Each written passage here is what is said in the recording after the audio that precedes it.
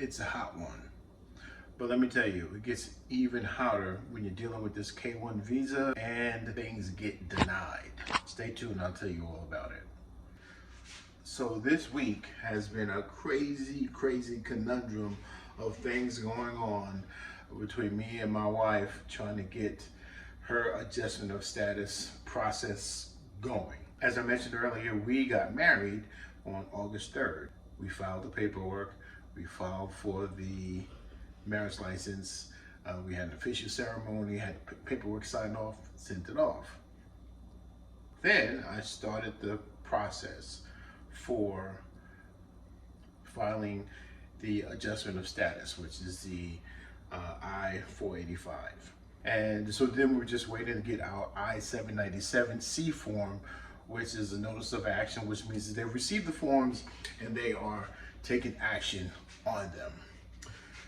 However, things got a little freaky when I got a notice from the local county clerk, the Registrar-Recorder, telling me that they could not process my marriage certificate.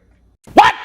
My mind was blown. So I reached out to them to try to figure out what was going on. They sent me some information.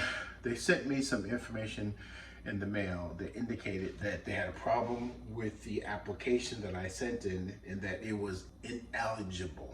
So they couldn't read the denomination of the pastor who actually performed the wedding ceremony.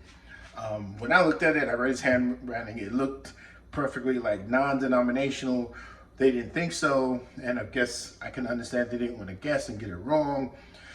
So they sent the form back along with a little affidavit that I had to have the pastor sign again. I had to have my witness sign again, and then gather up the paperwork and then submit it to the Registrar-Recorder. So that was a big thing that I finally was able to get off my chest in terms of it being one of the things on my to-do list to make sure that it got done in time, because I didn't want to face a situation where the Office of USCIS was asking me for my marriage certificate and all I had was the actual application.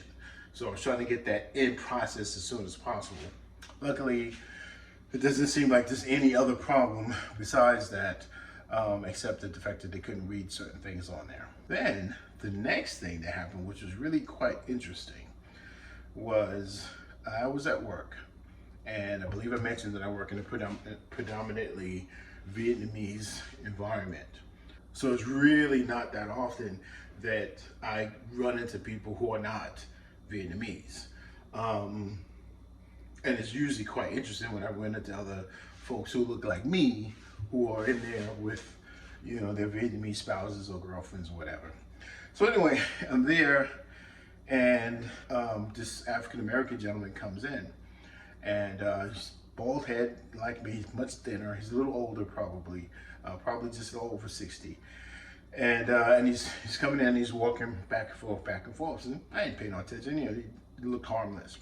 So then he approaches one of my coworkers and asks them about whether or not they have any information on what it's like to travel to Vietnam.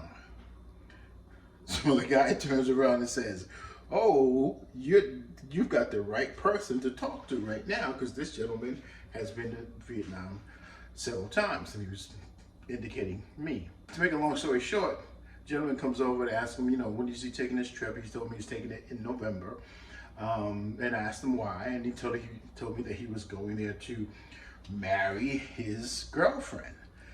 Talk about a crazy coincidence.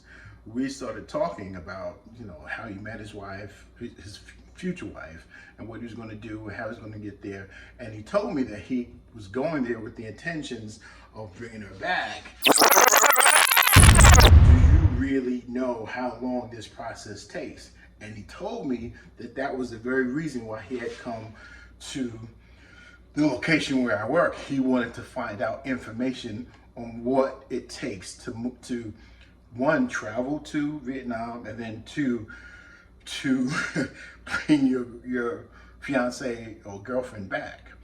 So I put on my mentor hat and I had him sit down and get a piece of paper and a pen to write with, and I took him through the whole spiel of what it takes to, one, travel to Vietnam, the kind of visa that you need to get, and then to file a petition for your spouse or file a petition for your girlfriend to come back. And I had to inform him that it's not just a matter of filling out some paperwork and then going to the U.S. consulate and they immediately issue your fiance or your wife a visa to come to the United States. I had to tell him that it takes a lot longer than that, and I had to explain to him the whole visa process, and whether it's a spousal visa or fiance visa, it takes time.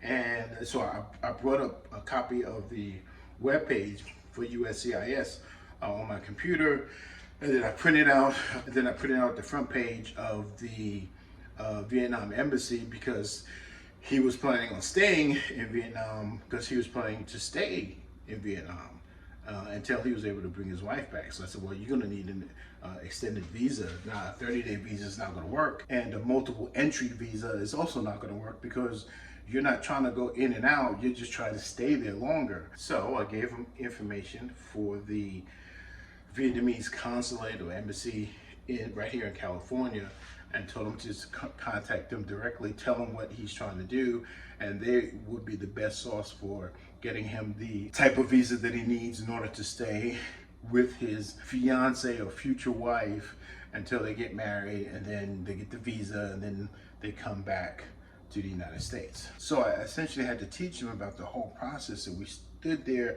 while I'm at work and I'm going through the whole thing with them, filing a petition, the supporting documents, proof that you have a bona fide relationship, proof that you have a bona fide marriage, receipts, documentations, money sent back and forth, hotel stays, coffee house stays, dinner, restaurants, reservations, all of these things you need to build into your proof that the relationship is real. It's not another instance of fraud. And I also reminded him that if he is using any of these chat software applications in order to do most of his communications with his fiance, future wife, that he needs to print all of that stuff out. And I advised him to print everything out.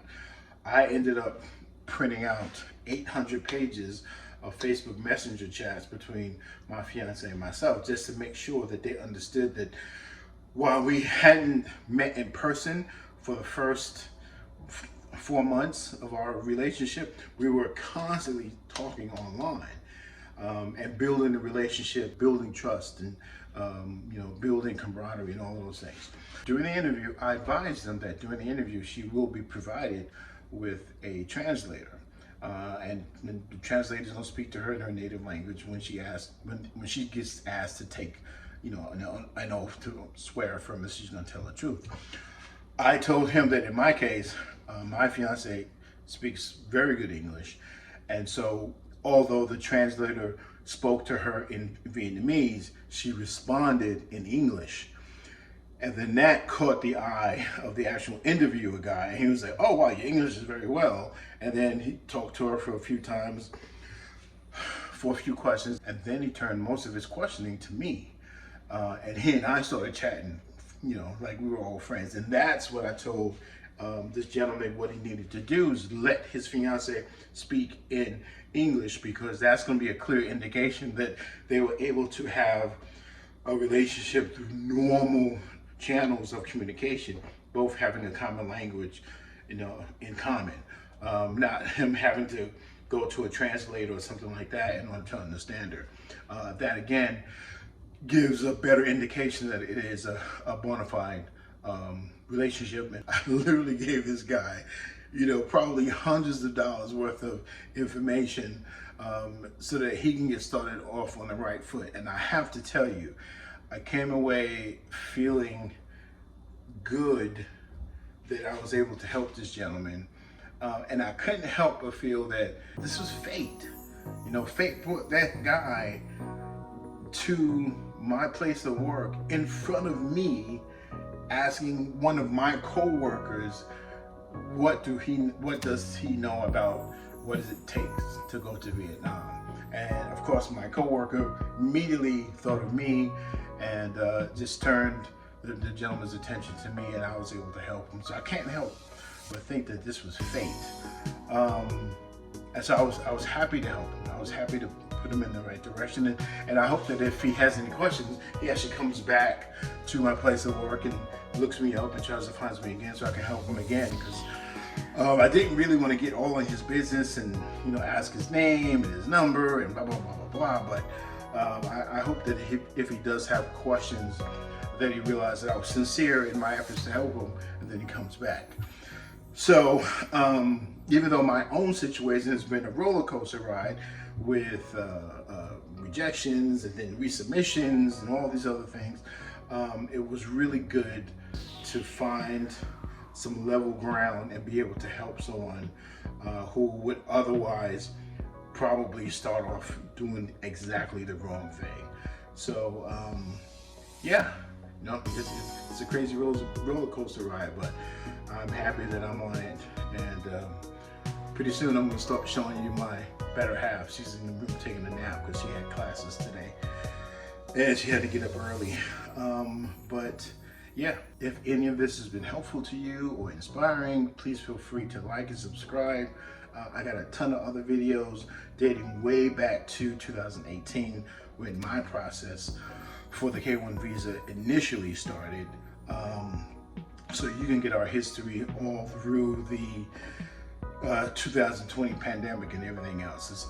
I've got it all recorded on YouTube. So I want to share more, and I will. And thank you for being here, and I'll see you in the next one. Peace out.